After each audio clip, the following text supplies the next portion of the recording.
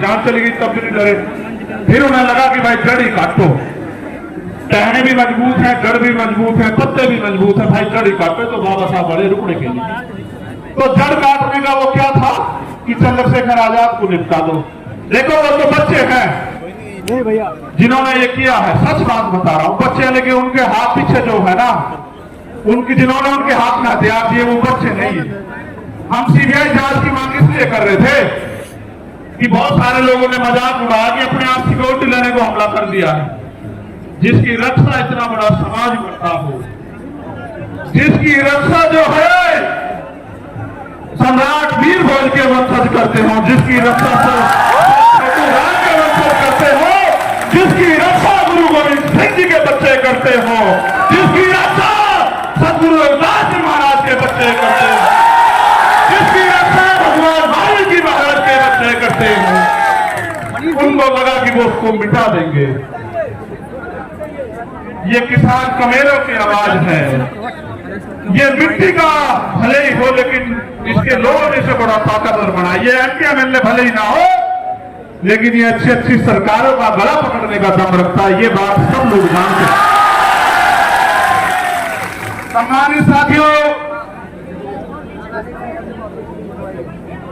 आज इस पावन अवसर पे, क्योंकि भीम आर्मी का स्थापना दिवस भी है, 8 साल पहले आज ही के दिन हमारे माननीय राष्ट्रीय अध्यक्ष और तमाम हमारे सिपाहियों ने यह ऐलान किया था कि भीम आर्मी भारत एकता मिशन के नाम के संगठन के जरिए हम इस देश में बहुवाद ब्राह्मणवाद की जड़ें काट देंगे। जो कारवां एक छप्पर से चला, आज वो कारवां सैलाब के रूप में दिल्ली की सड़कों पे है। प्राइमरी स्कूल के मास्टर के इस बेटे ने कभी सोचा नहीं था कि अगर ईमानदारी से काम करने वाले को इतना प्यार मिलता है तो फिर लोग ईमानदारी से क्यों नहीं काम करते।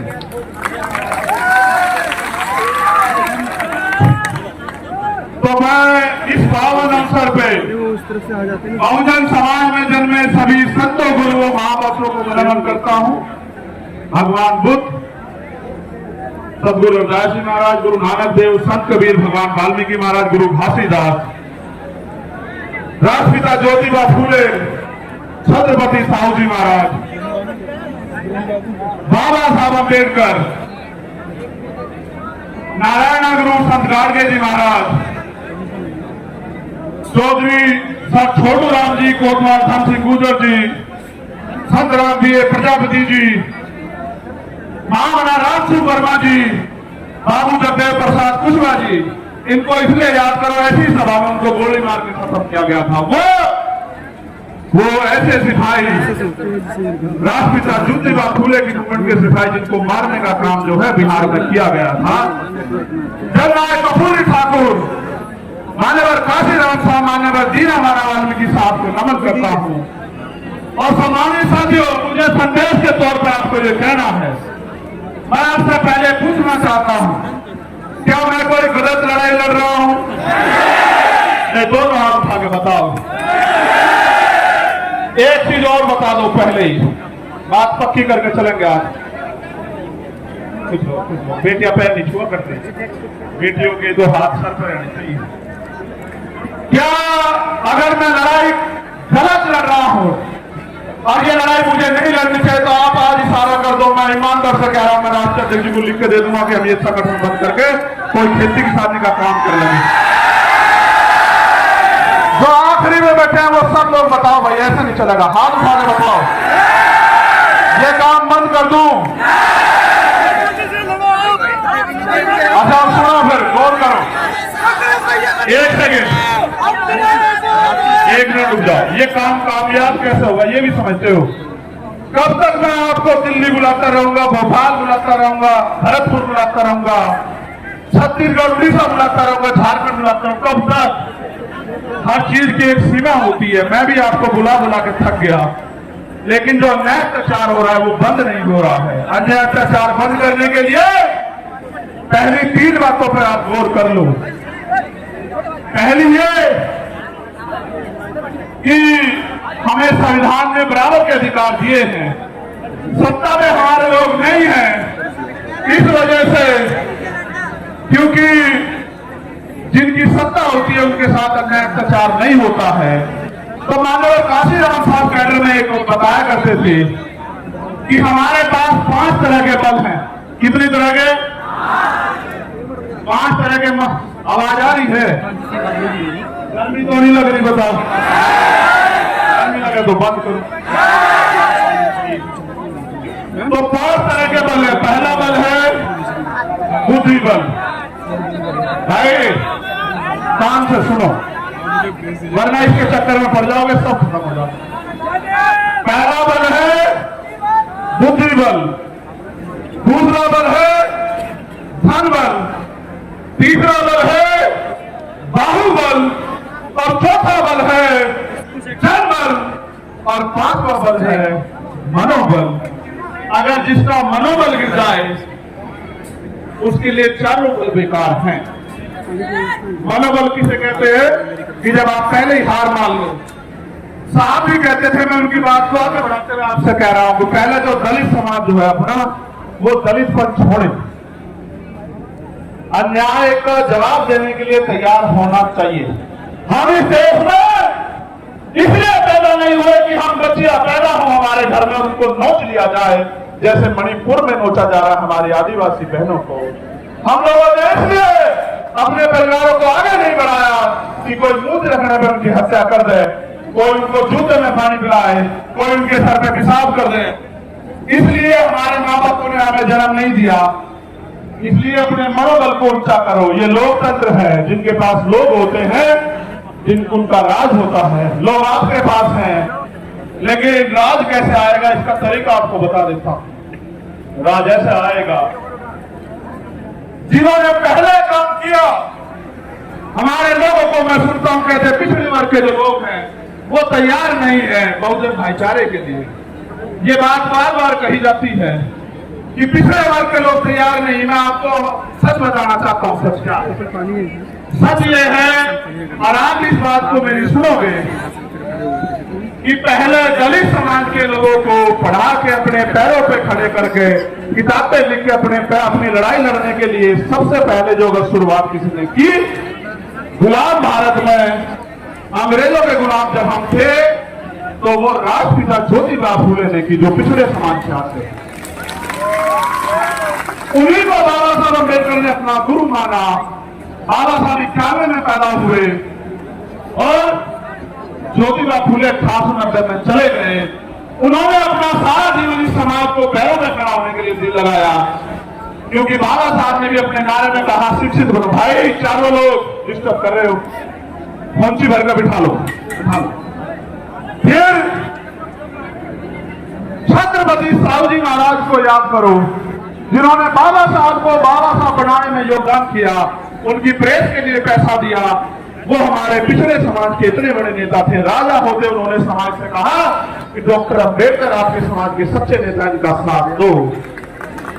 आप ये बताओ, वो भी पिछड़े समाज के थे। पेरियारी रामास्वामी नायकर वो भी पिछड़े समाज के थे। नारायण गुरु वो भी पिछड़े समाज के थे। सर छोटू राम वो भी पिछड़े समाज के थे। बाबू जगदेव प्रसाद कुशवाहा वो भी पिछड़े समाज के थे। जननायक कपूरी ठाकुर वो भी पिछड़े समाज के थे। महामना रामस्वरूप वर्मा वो भी पिछड़े समाज के थे। और जिन्होंने देश की आजादी में योगदान दिया, चाहे शहीद आजम भगत सिंह रहे हों या कोतवाल धन सिंह गुजर रहे हों, शहीद उधम सिंह रहे हों, प्रताप सिंह सराबा रहे हों, वो भी इसी वंचित पिछड़े समाज के थे। उन्होंने अपना काम कर दिया। अगर आप चाहते हो कि बहुजन एकता बढ़े, अब आपकी जिम्मेदारी है कि आप उनको जाके बहुजन आंदोलन को समझाने का काम करें। जैसे पहले उन्होंने घर घर जाके आपको समझाने का काम किया, ऐसे आप भी जो है घर घर जाके उनको समझाने का काम करो। पहले नल्ले यादव भी पिछड़े समाज के थे, ये बात मैंने आपको इसलिए बताई। आप ये सोचते हो कि वो गलत है, नहीं, कुछ गलतियां हुई है उसकी वजह से दिक्कत आ रही है, वरना पिछड़ा समाज भी ब्राह्मणवाद मनोवाद का सबसे बड़ा जो है विरोधी बैठा है। और ये बात उन्होंने 19 के दशक में करके भी दिखाई। ठीक है। दूसरा, अगर आपको और आगे बात को बढ़ाना तो अपने पराये में फर्क समझना पड़ेगा। जब सब लोगों ने रास्ते बंद कर दिए, और कहा बाबा साहब अम्बेडकर। खिड़कियां तो, दरवाजे तो बहुत दूर, खिड़कियां भी बंद कर देंगे, घुसने नहीं देंगे संविधान सभा में। तब उनको खुलना ढाका की खुलना फिर से जिताकर कॉन्स्टिट्यूशन असेंबली में भेजने वाले लोग वो मुस्लिम समाज के थे। उन्होंने भी अपना जो है पहले हक अदा किया। संसद में बाबा साहब, कॉन्स्टिट्यूशन असेंबली में बाबा साहब गए, तब जाके संविधान लिखने का मौका मिला, तब जाके आपको हक अधिकार मिले। आज वो लोग आपकी तरफ देख रहे हैं कि भाई हमने तो समय समय पे अपना काम किया, हमारे लिए कौन लड़ेगा। इसलिए मैं सीए एनआरसी के आंदोलन में मिल गया और इसलिए मैं आपसे कह रहा हूं, आपको समझना पड़ेगा कि आपका अपना कौन है और आपका पराया दुश्मन कौन है। अभी मंच पे तमाम पार्टियों के नेता बैठे थे, उनको पार्लियामेंट जाना था, हमारे आरजेडी के नेता बैठे थे। मैं उनसे कहता अगर वो होते कि भाई मैं आपका बहुत सम्मान करता हूं, आपकी पार्टी का बड़ा सम्मान करता हूं, लेकिन आपके राज में हमारे लोग भी खालसा नहीं आ रही, आपके यहाँ आयोग नहीं बना हुआ भाई, आप भी कुछ करके दिखाओ। दूसरों को गाली देने से काम नहीं चलेगा। उनके यहाँ SC/ST आयोग नहीं है, महिला आयोग नहीं है, उनके यहाँ राकेश पासवान की हत्या कर दी जाती है, आरोपी गिरफ्तार नहीं होते। मुझे उनसे भी कहना था, लेकिन समय कभी चले गए। हमारे कांग्रेस के नेता भी बहुत सीमानी साथी भाई आए थे, उनका भी बड़ा सम्मान करता हूँ। भाई बात मत कर दूं, ये इसको देख, मैं उनसे भी पूछता कि भाई मैं आपके सीनियर नेताओं का भी वो लड़ रहे हैं, सम्मान करता हूं, लेकिन जब आपके यहाँ इंद्र मेघवाल, जितेंद्र मेघवाल, जब आपके यहाँ ओम प्रकाश रायगर, जोधपुर की बिटिया, JNU के स्कूल की बच्ची, जब उनके साथ अन्याय होता है तो भाई आप भी कुछ करके दिखाओ। सिर्फ गाली देने से काम नहीं चलने का कि दूसरी सरकार खराब है। आपके राज में भी बहुत कुछ भला नहीं हो रहा है। इसलिए मेरा स्पष्ट संदेश है कि जब तक आपकी अपनी ताकत नहीं बढ़ेगी, आपको कोई पूछने वाला नहीं है। मेरी बात को याद रखना, किसी के पीछे खड़े होने के लिए नहीं कह रहा हूं आपको, मैं आपको पूछ बनाने के लिए नहीं कह रहा हूं, मैं आपको मूछ की लड़ाई लड़ने के लिए कह रहा हूं कि अपना हुक्का अपना मरोड़, और मन आया तो पिया नहीं दिया फोड़। ठीक है, अपनी ताकत बनाओ। जब आपका विधायक जीतेगा, जब आपका MP जीतेगा, आपका व्यक्ति सदन में होगा, फिर अगर अन्याय अत्याचार होगा तो फिर हम हिसाब करेंगे। हमारा एक अम्बेडकरवादी सदन को चलने नहीं देगा, चाहे सदन ये वाला हो या विधानसभाओं के सदन से। तो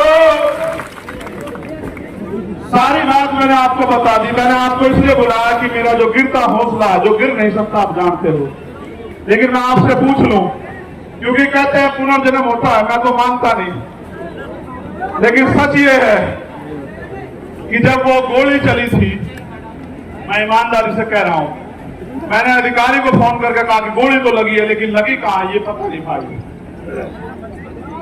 और पिछला जन्म भी जीवन भी आपके लिए था एक खतरा, और ये जीवन भी आपके लिए, ये ऐलान करने के लिए आपको।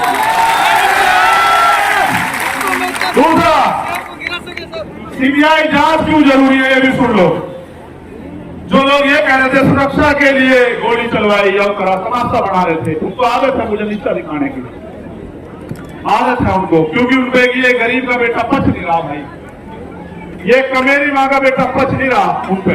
तो मैं भी उनको बता देना चाहता हूं कि हो सकता है आपके मालिकों के हाथ भी इसमें शामिल ना हो, इसलिए मैं इसकी CBI जांच चाहता हूं कि मेरे जान से ज्यादा, मेरी जान से, मेरे लोगों से ज्यादा दूसरों को प्यार हो गया है, वो माना तो प्रति आशीर्वाद है भाइयों के सहयोग के साथ के बीच में। और ऐसा होता है कि आज यहाँ इकट्ठा तो होते, मेरी तस्वीर लगी होती और आप रो रहे होते भाई हमारा भाई। मैं जानता हूँ और आने जाने के बाद खबर आई कि आपका लोग करना पड़ जाए, लेकिन जब आप अपनी जमीन हिलते तो मेरे साथ को मुसीबत आ जाए, मुझे भी हिलने का मन नहीं करता। कैसे छोड़ दो, छोड़वा आप बताओ, कह रहा था आपके आदमी ने देखा, आंधी तूफान नहीं देखा, गाड़ी देखी, बारिश देखी, कोई भी मुझे भूखा था कैसे छोड़ दूं, उस कैसे छोड़, कैसे कर आपका फोन हो बाहर हो, इसलिए यहाँ मैं आ रहा हूँ। आप ये समझ की पूरी ताकत लड़ूंगा। दिल्ली के बहुत आंध्र प्रदेश के बहुत आए, कई स्टेट के साथ थोड़े थोड़े अपना प्रतिनिधित्व कर लेंगे। 2000 से लोग है, तेलंगाना से आए, त्रिपुरा से आए, असम से आए, बंगाल से आए, बिहार से आए, राजस्थान से आए, कश्मीर से आए, पंजाब से आए, हरियाणा से आए, यूपी से आए। यूपी वालों का तो बहुत तो सब हूँ तो मैं ज्ञापन हूँ आपको तौर पर सुना था महत्वपूर्ण है ज्ञापन। और ये ज्ञापन इसलिए जरूरी है कि ये छोटी मांग से जुड़ी है, लेकिन बाकी मांग बहुत से जुड़ी हुई है। ये समाज भी अच्छा ठेका तो अकेला निमल जाएगा, लेकिन ये समाज के साथ जो है उसका हिसाब तो करना पड़ेगा ना। तो हिसाब करेंगे क्या हम देना देखो हमारे साथ सत्ता है बहुत सवाल है, लेकिन हम ये वोट नहीं लिया था आगे जो ज्ञापन से वोट कर लो के साथ ज्ञापन डाल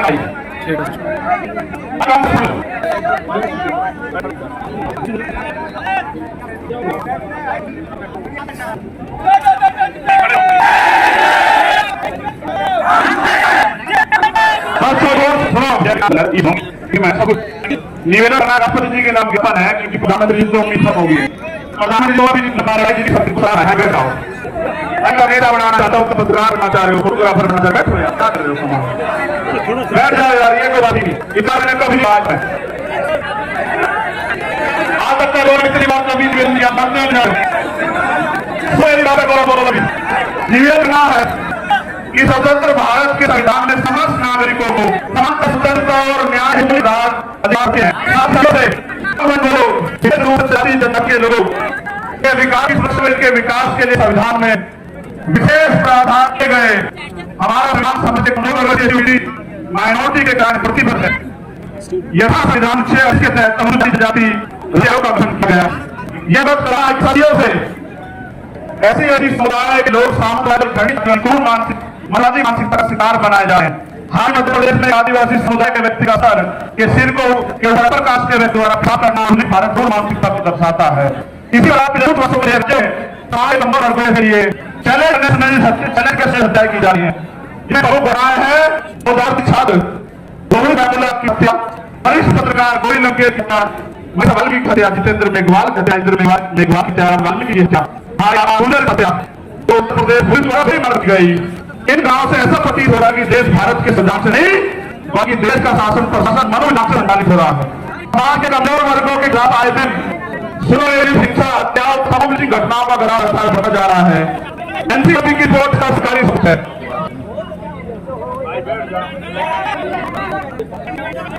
अब मैं आपको एक करके वहां पढ़ता हूं भाई, आप समर्थन भी करना होना चाहिए, नहीं होना चाहिए, क्योंकि भारत एक लोकतांत्रिक गणतंत्र है। हमारा बुद्धि की बात है कि हम अपने लिए लड़ रहे हैं, समाज के लिए लड़ रहे हैं। हम आपकी वोट से बने वो नेता नहीं जो राज्यसभा, विधानसभा, लोकसभा में तल्ले छाट रहे हैं भारत पार्टी के। हम अबू हैं, अभी लड़ रहे हैं, आज हमेशा सौ पे लड़ते रहेंगे, क्योंकि भारत एक लोकतांत्रिक गणराज्य है। 85% लोग SC, OBC सदस्य उठाए गए हैं, जबकि हाई कोर्ट इन वर्गों का समूह नहीं है। इसके वर्गों के जजों की सांप्रदायिक आरक्षण के तहत नियुक्ति की जाए। और इसका कारण बता देता हूँ, यूपी सामने दलित समाज एक भी बच्चा उन्होंने एक षड्यंत्र करता है। हम बाहर कंपटीशन मर गए तो कितनी बड़ी पिछड़े वर्ग के भी 2-4 बने होंगे। ये बात आपको इसलिए बता रहा हूँ कि आपके नेताजी मोदी को आपने प्रणाम में दिखाई देता भाई, जब आप लगेगा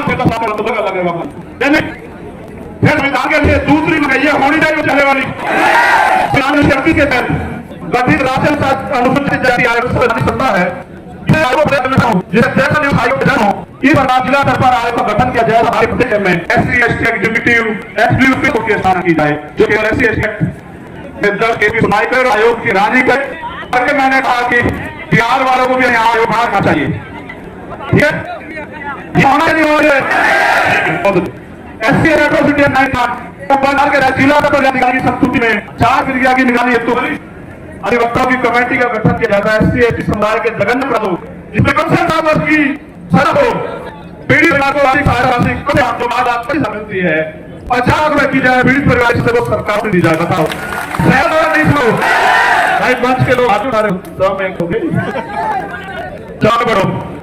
SC ST वर्ग के अधिकारी कर्मचारियों का उप ऑर्डर, SC ST OBC वर्ग के अधिकारियों कर्मचारियों का उप ऑर्डर समुचित प्रतिनिधित्व हेतु प्रमोशन में रिजर्वेशन का प्रावधान किया जाए तथा इन वर्गों को पूर्ण करने के लिए शेष भर्ती अभियान चला जाए।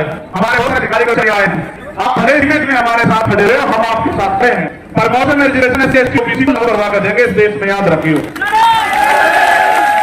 सन 1931 के बाद देश में आज तक जाति आधारित जनगणना नहीं की गई, अतः जाति आधारित जनगणना की हम पुरजोर मांग करते हैं तथा इसकी निष्पक्षता के तहत देश में आर्थिक लोकतंत्र कायम होंगे के अनुपात में आरक्षण बढ़ाया जाए। आप चाहते हो जाति गणना हो, ठीक है।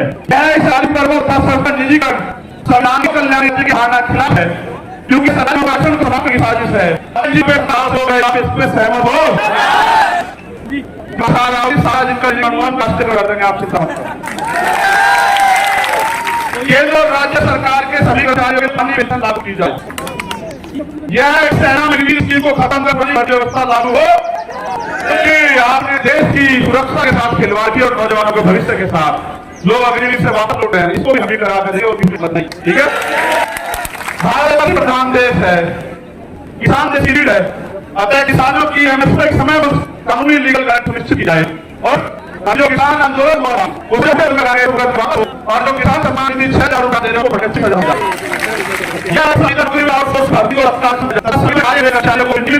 समान जाए जो सफाई कर्मचारी ने संविदा पिछले 5 वर्षों से अधिक समय से ठेके संविदा पे रखे गए हैं, उनको संवैधानिक आरक्षण का अनुपालन करते हुए नियमित किया जाए। आप इससे सहमत हो? और सफाई कर्मचारी दिल्ली के तैयार हैं, आप हम कभी करेंगे, यहाँ की सरकार से निरीक्षण करियो। आर्थिक के साथ